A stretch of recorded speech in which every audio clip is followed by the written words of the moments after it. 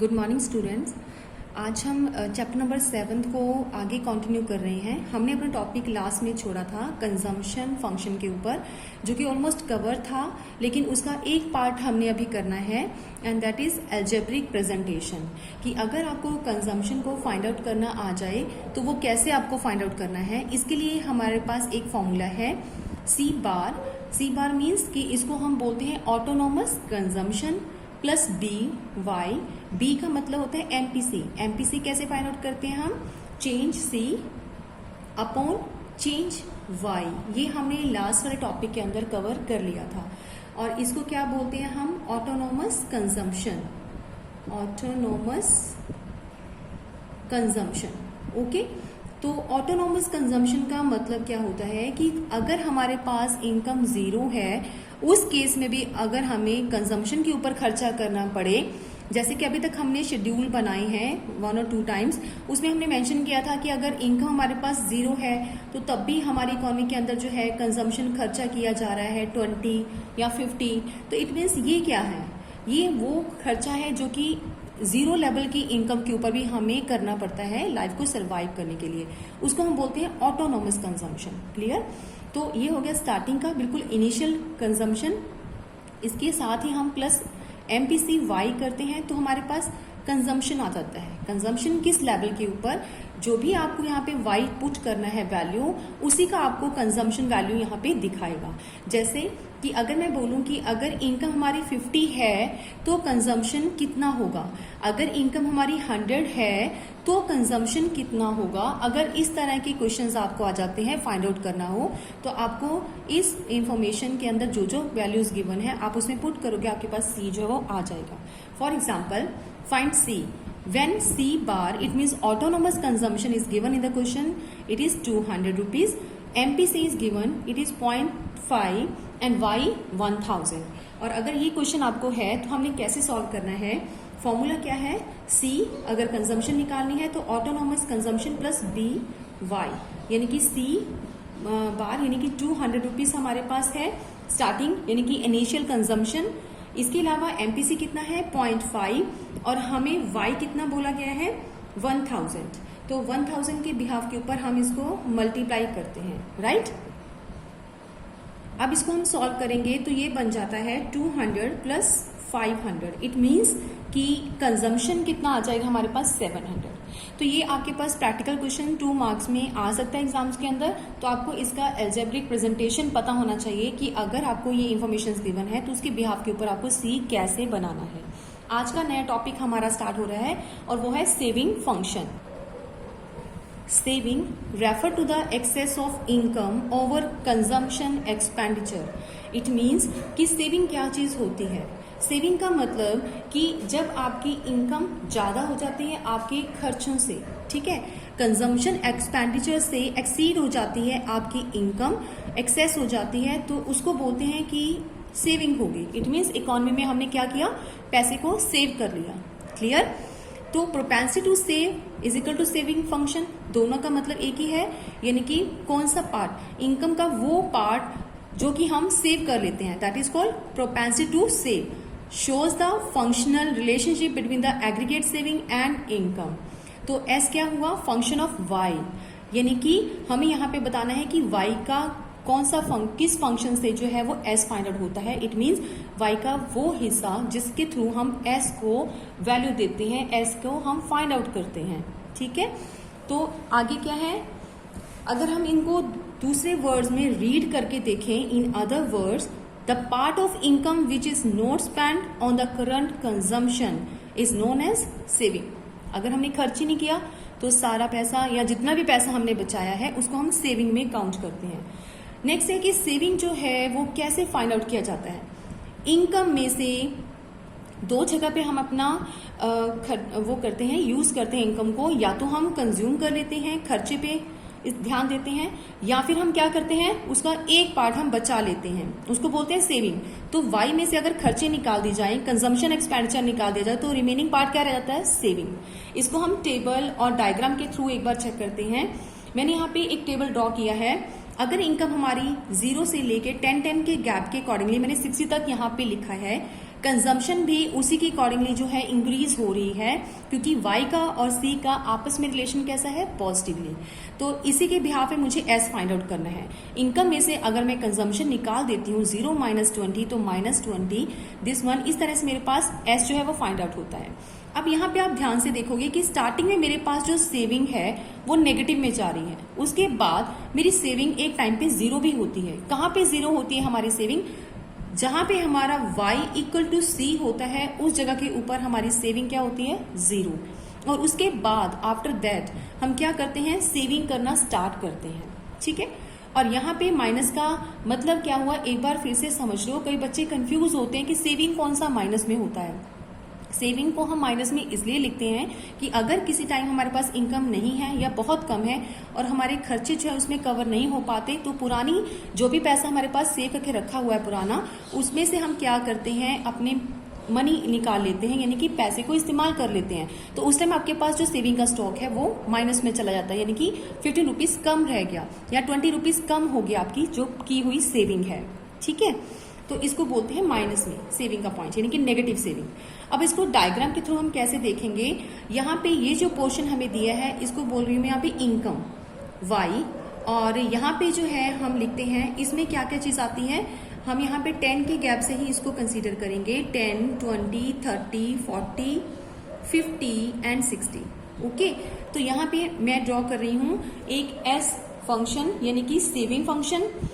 सबसे पहले हम -20 लेंगे, उसके बाद यहाँ पे -15, क्योंकि हमारे पास सबसे फर्स्ट क्या है, जब हमारी इनकम जीरो है तो ये नेगेटिव थी, उसके बाद जब इनकम हम कमाते हैं तब भी ये नेगेटिव है, फिर उसके बाद जब हमारी इनकम 20 हो जाती है तब भी ये क्या हो जाता है, -10।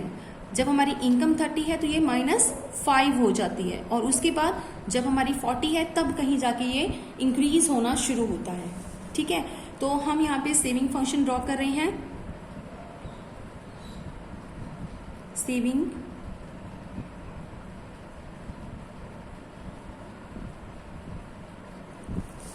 ये मेरा है s, इसको हम s के साथ लिखते हैं।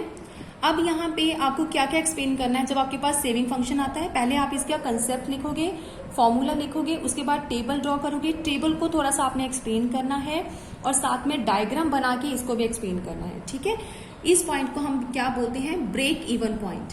ब्रेक इवन पॉइंट का मतलब क्या होता है, कई बार आपको क्वेश्चंस में पूछा जाता है, डायग्राम आपको क्वेश्चन में गिवन होता है और बोला जाता है कि ब्रेक इवन पॉइंट कहाँ पे बनता है। तो आपको बताना होगा कि ब्रेक इवन पॉइंट कहाँ होता है, जहां पे हमारी y = c होती है। उस केस के ऊपर हमारी सेविंग बिल्कुल भी नहीं होती, क्योंकि जितना कमाया उतना ही खर्च हो गया, तो सेविंग क्या होती है, जीरो।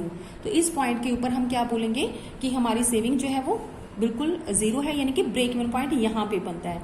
इस पॉइंट के बाद आगे जाते हैं तो हमारी सेविंग पॉजिटिव होने लगती है। उस पॉइंट से पीछे अगर देखें तो हमारे लिए क्या है, डिस सेविंग है, ठीक है, क्योंकि अभी तक सेविंग नहीं होना शुरू हुआ, ये डिस सेविंग का पॉइंट है। अगर आपको आ जाए तो आप यहाँ पे बता सकते हो कि इस पॉइंट से लेके ब्रेक इवन पॉइंट तक हमारा क्या है, डिस सेविंग है। ये हमारा कंसेप्ट है सेविंग फंक्शन का। आई होप आपको समझ में आ गया होगा, क्योंकि ये भी बहुत इजी कंसेप्ट है। जैसे अगर आपको कंजम्पशन फंक्शन अच्छे से क्लियर हो गया तो सेविंग फंक्शन उससे भी ज्यादा आसान है। जैसे कि हमने कंजम्पशन फंक्शन के अंदर 2 पार्ट रीड किए थे, एपीसी और एमपीसी। यहाँ पे भी हम पढ़ेंगे एपीएस और एमपीएस।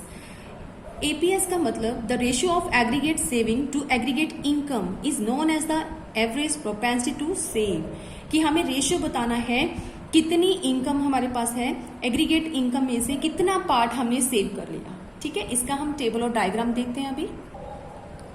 एपीसी का फॉर्मूला है saving upon income, it means s upon y. हमारे वाई में से कितना पार्ट हम लेते हैं हम सेव करने के लिए, ठीक है। तो सेम हमने एग्जांपल लिया है, यहाँ पे y को हमने कंटिन्यू इंक्रीज किया है, c को हम यहाँ पे ले रहे हैं कंटिन्यूसली इंक्रीज कर रहे हैं, और हमने s फाइंड आउट कर लिया। कैसे, y - c करके हम क्या निकालते हैं, s फाइंड आउट करते हैं। ओके, यहाँ पे एपीएस कैसे निकालेंगे, s अपॉन y करेंगे तो हमारे पास हर एक आइटम का क्या निकलाएगा, एपीएस। तो फर्स्ट आइटम का हम डैश लगाते हैं, क्योंकि यहाँ पे हम एपीएस कैसे निकालेंगे, s अपॉन y करेंगे तो वो क्या बन जाएगा कि अगर y हमारा 0 में आ जाए, डिवीजन हमें अगर 0 करना पड़े तो वो डिवाइड नहीं होता, हम उसके जगह पे डैश शो कर देते हैं। ओके, तो यहाँ पे क्या आ जाता है कि s कितना है, -5 अपॉन 10 फिर उसके बाद 0/20 तो 0 रह जाएगा। इसी तरह से 5/30 हम नंबर ऑफ जितने भी आइटम्स हमें एस की गिवन है उसको हम वाई के साथ डिवाइड करेंगे तो एपीएस हमारा कुछ इस तरह से दिखाई देता है। पहले 0 से पहले नेगेटिव की फॉर्म में रहता है, उसके बाद ये पॉजिटिव होना शुरू होता है। ठीक है, डायग्राम हमारा सेम रहेगा जैसे अभी हमने किया था कि आप एक साइड में इनकम, एक साइड में सेविंग की जो है आइटम्स नोट करते हो। मैं यहाँ पे फ्री हैंड ड्रॉ कर रही हूँ।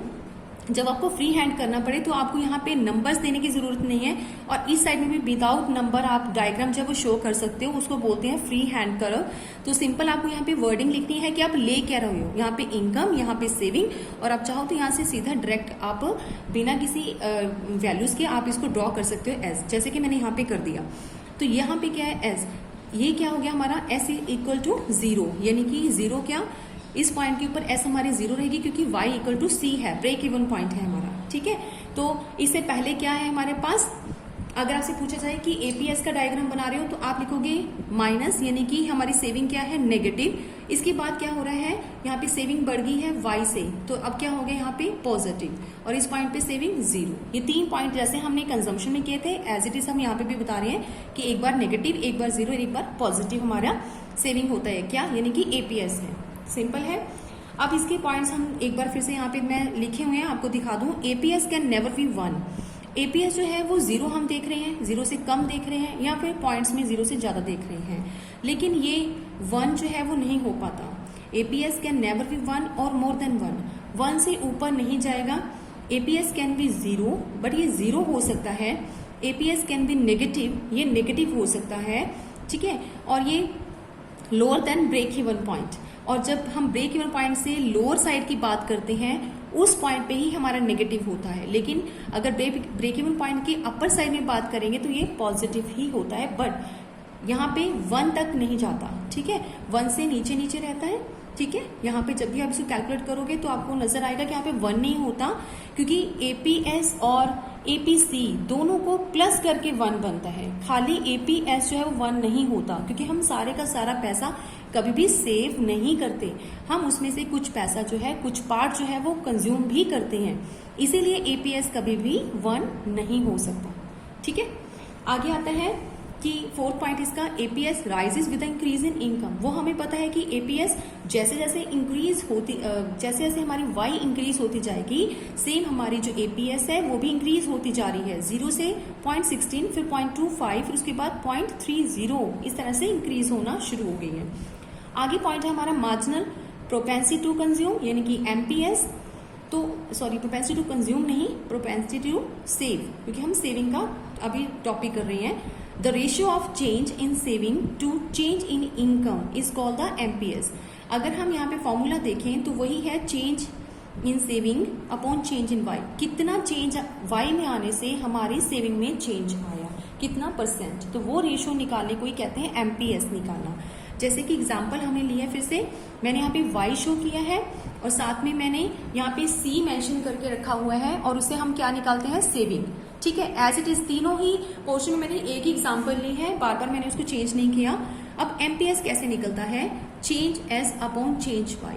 जितने भी स्टेप्स हैं आपके इनकम के इंक्रीज लेवल पे दिखाए गए हैं, उन सबका आपको क्या निकालना है, यहाँ पे एमपीएस निकालना है। जैसे कि हमने एमपीसी निकाला था, और हमने आपको बताया था, मैंने आपको कि 0.8 हर बार उस एग्जाम्पल में ऐसा आ रहा था, तो इसका मतलब जो एमपीएस है, एमपीसी है, वो हमारा कभी भी चेंज नहीं होता, इट इज रिमेन कांस्टेंट। ठीक है, तो वही चीज यहाँ पे है, एमपीएस भी क्या है, कांस्टेंट ही रहता है, क्योंकि हम कांस्टेंट वे से ही वाई को इंक्रीज कर रहे हैं, कांस्टेंट वे से सी को इंक्रीज कर रहे हैं, और कांस्टेंट वे से ही हमारी एस भी इंक्रीज हो रही है। तो जब हम इसको सॉल्व करते हैं तो ये 0.5 और 0.5 निकल रहा है। ठीक है, कैसे, यहाँ पे हम लिखेंगे, पहले वाले केस में हम इसकी लास्ट आइटम हमारे के पास नहीं है तो ये डैश आता है, उसके बाद 0.5 हमारे पास है, उसमें से अगर हम -10 को माइनस कर देते हैं तो वो क्या आ जाता है। कई बच्चों को ये सॉल्व करना नहीं आता, मैं यहाँ पे पॉइंट लिख रही हूँ। -5 में से अगर हम माइनस कर देते हैं क्या, ये -10, तो क्या बन जाता है, -5, और यहाँ पे +10, तो क्या रह गया यहाँ पे, ओनली 5। तो ये हो गया चेंज एस, और हमारे पास कितना चेंज आया है वाई में, 10 का, तो 5/10 कितना रह गया यहाँ पे। अब हम सॉल्व करेंगे इसको 0.5, तो इसीलिए हम 0.5 लिखते हैं। सेम आगे भी हमारा वही चीज रहता है। ठीक है।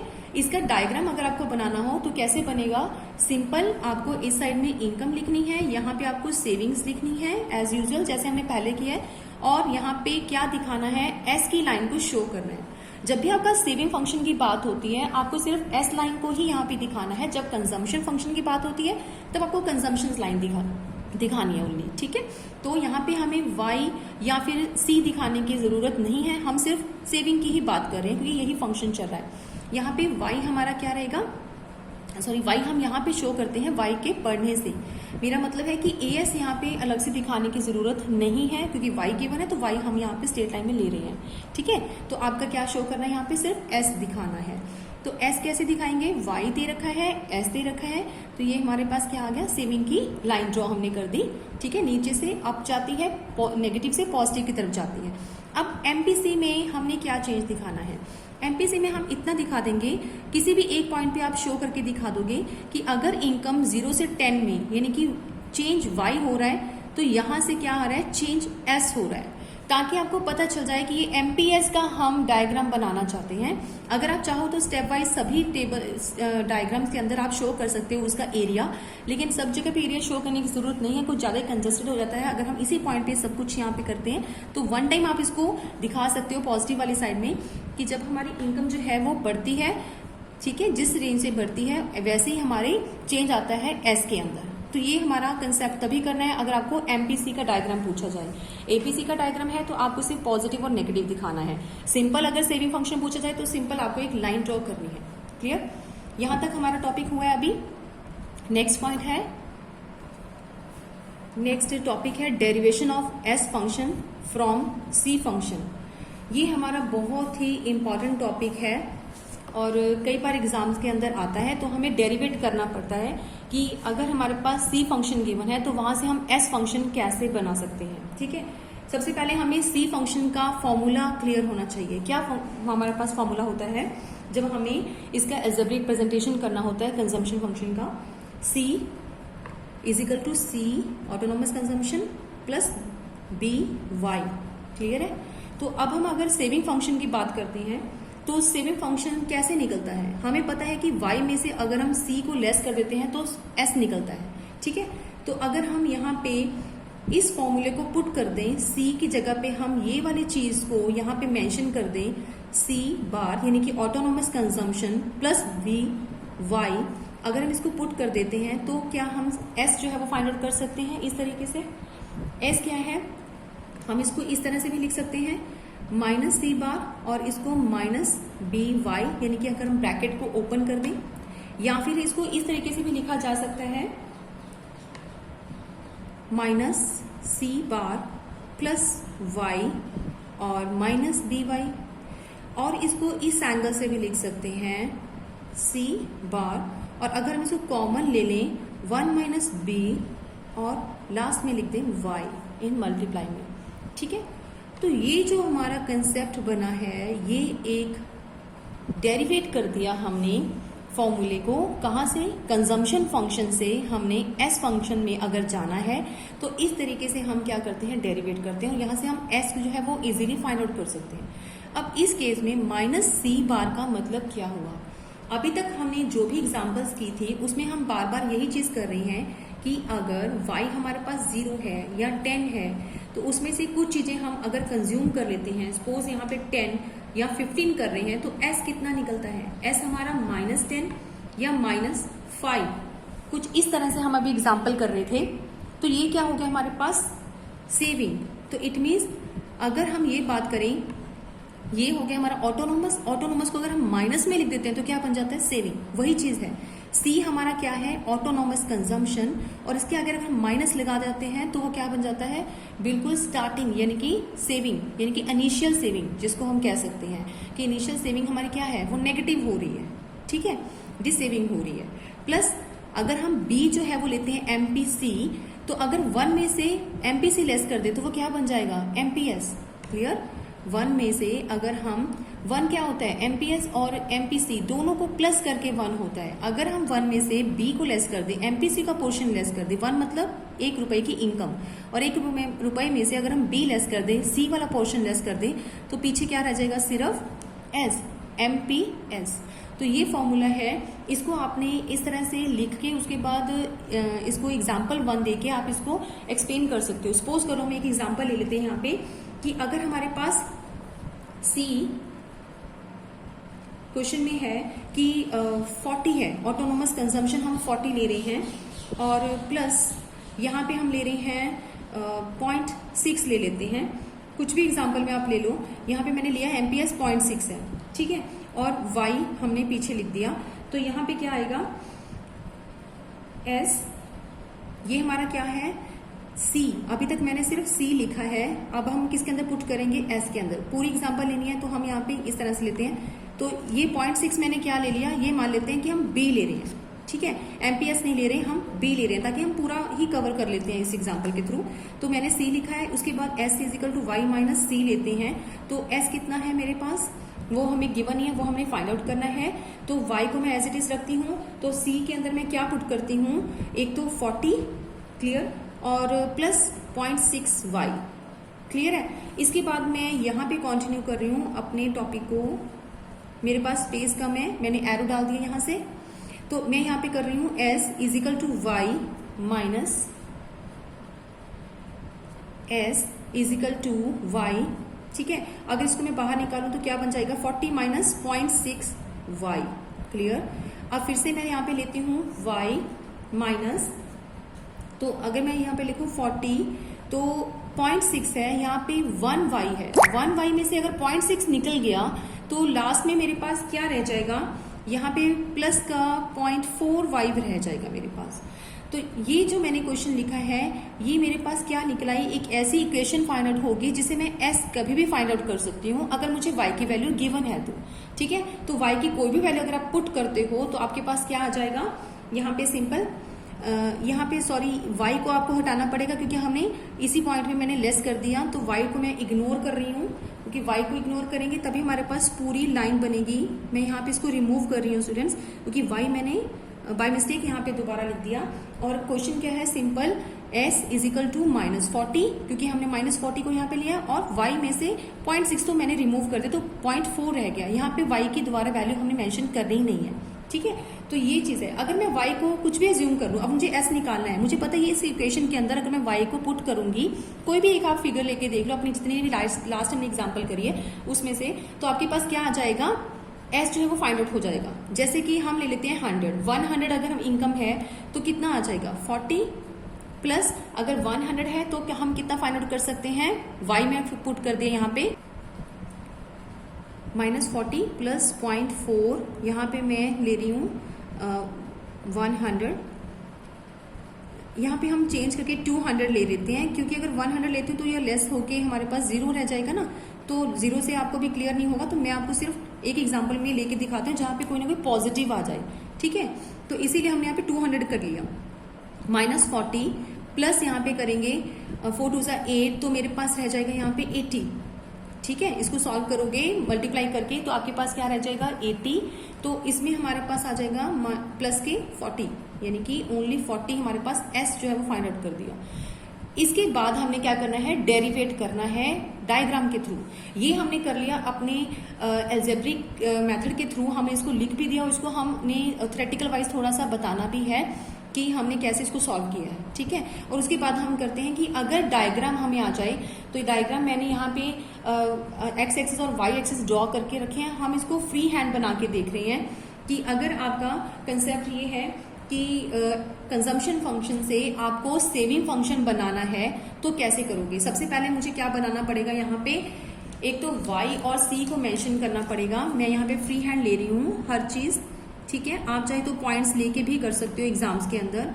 मैंने यहाँ पे y को यानी कि मेंशन कर दिया, as यही पॉइंट है मेरा। उसके बाद हम शो कर रहे हैं c को, तो मैंने यहाँ पे c लिया है, c को मैंने फ्री हैंड ले रही हूँ, तो इस पॉइंट पे मैंने शो कर दिया कि ये मेरा क्या है, C है, ठीक है। जहां पे भी आपस में मीट करेंगे वहां पे क्या होता है, वहां पे ब्रेक इवन पॉइंट होता है। और ब्रेक इवन पॉइंट का मतलब कि यहाँ पे y इक्वल टू C है, क्लियर है। तो जिस पॉइंट के ऊपर हम यहाँ पे मैच करते हैं y इक्वल टू सी, और उस पॉइंट के ऊपर अगर हम चेकआउट करें, नीचे हमने जो है x एक्सिस और y एक्सिस दोबारा ड्रॉ किया है, उस पे हम पॉइंट लगाते हैं, डॉटेड लाइन यहाँ पे मैं लगा रही हूँ, और जहां पे वो उसको टच करेगा बेस को, x एक्सिस को, तो इट मीन्स उस पॉइंट के ऊपर मेरी सेविंग क्या हो जाएगी, 0। ये डेरिवेटिव का एक मेथड है कि आपको उस डायग्राम से लेके इस डायग्राम तक उसको टच करके दिखाना है, क्योंकि हम एक ही साथ दोनों डायग्राम ले रहे हैं। कंजम्पशन से हम डेरिवेट कैसे कर रहे हैं, सेविंग को, ठीक है। तो अगर हमारी सेविंग जो है वो स्टार्टिंग में नेगेटिव की तरफ है, फिर हम उसको पॉजिटिव लेके जा रहे हैं, तो हम यहाँ पे क्या करते हैं, एस का भी एक लाइन ड्रॉ करते हैं। तो जैसे मेरी ये सेविंग की लाइन है, तो सेविंग क्या, जहां पे आपको लगता है कि y जो है टच कर रही है किसको, s को, पॉइंट के ऊपर, इस पॉइंट के ऊपर हमारी सेविंग क्या होती है, 0। ये यहाँ पे क्या होता है, break even point. Break even point मतलब कि s इज इक्वल टू 0 है, और ये 0 क्यों हुई, क्योंकि y इक्वल टू c है इस लेवल के ऊपर, ठीक है। तो इस तरह से ही आप क्या कर सकते हो, डायग्राम्स बना के जहां पे वो 0 है इस पॉइंट के साथ मैच करोगे, तो आपके पास ऑटोमेटिकली कन्वर्जन हो जाएगी, डेरिवेशन हो जाएगी डायग्राम के थ्रू भी, किस चीज की, सेविंग फंक्शन बनाने की, कहां से, कंजम्पशन फंक्शन के थ्रू, ठीक है। और इसी के साथ आपको एक लाइन एक्सप्लेन करते हुए मेंशन करनी है कि x का और नॉट x, y का और c का आपस में पॉजिटिव रिलेशन है, दोनों के बीच में पॉजिटिव रिलेशन है। और इसी तरह से हम कंजम्पशन को जो है उस फंक्शन से हम सेविंग फंक्शन को डेरिवेट कर रहे हैं कंजम्पशन से, क्योंकि इन दोनों के बीच में भी पॉजिटिव फंक्शन है। किसके बीच में, y और s के बीच में। हमें पता है कि जैसे जैसे y इंक्रीज होती जाती है तो जो हमारी सेविंग है वो धीरे धीरे बढ़ना शुरू हो जाती है, तो दोनों के बीच में पॉजिटिव रिलेशन है। इसी वजह से हम डेरिवेट कर पा रहे हैं कंजम्पशन फंक्शन से सेविंग फंक्शन में। अगर आपको डायग्रामेटिकली आ गया तो आप इस तरीके से डायग्राम बनाओगे, अगर आपको थ्योरेटिकल वे से आ जाए तो आप इस तरह से फॉर्मूले को डाइवर्ट करोगे, ठीक है। डेरिवेट करके उसके बाद आप थोड़ा सा इसको एक्सप्लेन करते हो, क्लियर। नेक्स्ट पॉइंट है हमारा, एक एग्जाम्पल हम कर लेते हैं जिसमें अलजेब्रिक प्रेजेंटेशन हमने एस फंक्शन को दिया है। हमें यहाँ पे डेरिवेट करते हुए फॉर्मूला समझ में आ गया कि एस फंक्शन का फॉर्मूला क्या होता है, सी यानी कि माइनस में यहाँ पे हम लिखते हैं एस, नॉट सी। सेविंग निकालना है तो एस यहाँ पे मेंशन करना पड़ेगा। यहाँ पे हो गया हमारा सेविंग यानी कि negative saving plus 1 minus b y. अगर क्वेश्चन आपका है, हम यहाँ पे अज्यूम कर लेते हैं कि सी बार हमें क्वेश्चन में गिवन है 200, एमपीसी जो है क्वेश्चन में गिवन है 0.4 और वाई गिवन है हमारे पास 1000। तो इसको अगर हमें सॉल्व करना हो तो कैसे करेंगे, इस फॉर्मूले में पुट करेंगे। सबसे पहले हमारे पास क्या है, 200 हमें दे रखा है सी, तो इतना ध्यान रखना स्टूडेंट, यहाँ पे सी बार दे रखा है 200, तो आपको यहाँ पे माइनस का साइन लगाना है क्योंकि आपके पास फॉर्मूले के अंदर सेविंग दिखाना है, ना कि आपको ऑटोनोमस कंजम्पशन यहाँ पे लिखना है। आपको यहाँ पे क्या दिखाना है, सेविंग, ठीक है। तो माइनस का साइन डालेंगे, उसके बाद क्या करेंगे 1 माइनस 0.4। अगर हम लेते हैं क्वेश्चन में आपको क्या दे रखा है 0.4, एमपीसी दे रखा है। अगर एमपीएस दिया है तो सिंपल हम एमपीसी लिख देते हैं यहाँ पे, ठीक है। अगर हमें एमपीएस दे रखा है तो आप डायरेक्ट लिख सकते हो। अगर एमपीसी दिया है तो हम इसको 1 में से लेस करेंगे, ठीक है। तो 0.4, उसके बाद क्या लिखना है आपको 1000। हमने यहाँ पे सॉल्व किया 200 प्लस और 1 में से अगर हम यहाँ पे लेस कर देते हैं तो कितना रह जाएगा 0.6 और मल्टीप्लाई 1000, ठीक है। तो ये कितना आ जाएगा सॉल्व करके हमारे पास 600 माइनस करेंगे अगर हम 200 तो कितना रह जाएगा हमारे पास 400। तो ये 400 क्या फाइंड आउट किया हमने, एस। अगर हमें इस तरह का कंसेप्ट आ जाए तो हम इसे सॉल्व कर सकते हैं, ठीक है। बाकी मैं आपको प्रैक्टिकल क्वेश्चन जो है वो सेंड करूंगी कि कैसे आपने इसको सॉल्व करना है। लास्ट टॉपिक रह गया हमारा, अगर आपको 3 नंबर में ऐसा कोई क्वेश्चन आ जाए 4 मार्क्स में, या कि relationship between the propensity to consume and propensity to save, यानी कि इसमें भी हमारे पास एपीसी एमपीसी है, इसमें भी हमारे पास एपीएस एमपीएस है, ठीक है। और इनके बीच में अगर रिलेशन पूछा जाए तो उसको हम कैसे बताएंगे, तो फर्स्टली हम बताएंगे एपीसी और एपीएस के बीच में रिलेशन, ठीक है। तो इनके बीच में जो है रिलेशन कैसा होता है उसको हम एक फॉर्मूले के थ्रू इनको सॉल्व करके बताते हैं। कैसे कि y जो है वो किसके इक्वल टू होता है, c प्लस एस, ठीक है। अगर हम इन दोनों टर्म्स को लेफ्ट हैंड साइड और राइट हैंड साइड को डिवाइडिंग कर देते हैं, dividing both side, dividing both side by y। तो फिर हम क्या कंफर्म करते हैं, y upon y c plus c upon y plus s upon y। अगर इनको हम सॉल्व कर लें तो ये कटिंग करके हमारे पास 1 आ जाता है। और c अपॉन y का मतलब क्या होता है, c अपॉन y का मतलब होता है APC, और s अपॉन y का मतलब क्या होता है APS। तो इट मीन्स ये क्लियर हो गया कि दोनों के बीच में कैसा रिलेशन है।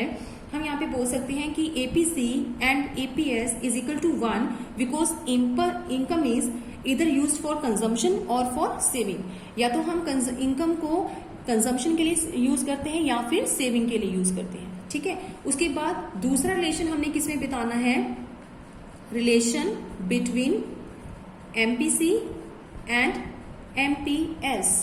तो उन दोनों के रिलेशन के लिए हमें फिर से यहाँ पे लिखना पड़ेगा y is equal to C plus S। अब हम यहाँ पे क्या करेंगे, इन दोनों के साथ चेंज का साइन डालते हैं। अगर इनकम में चेंज आता है, अगर C में चेंज आता है और अगर S में चेंज आता है, उसके बाद हम इसको डिवाइडिंग करते हैं किसके साथ, dividing both side by y, ठीक है।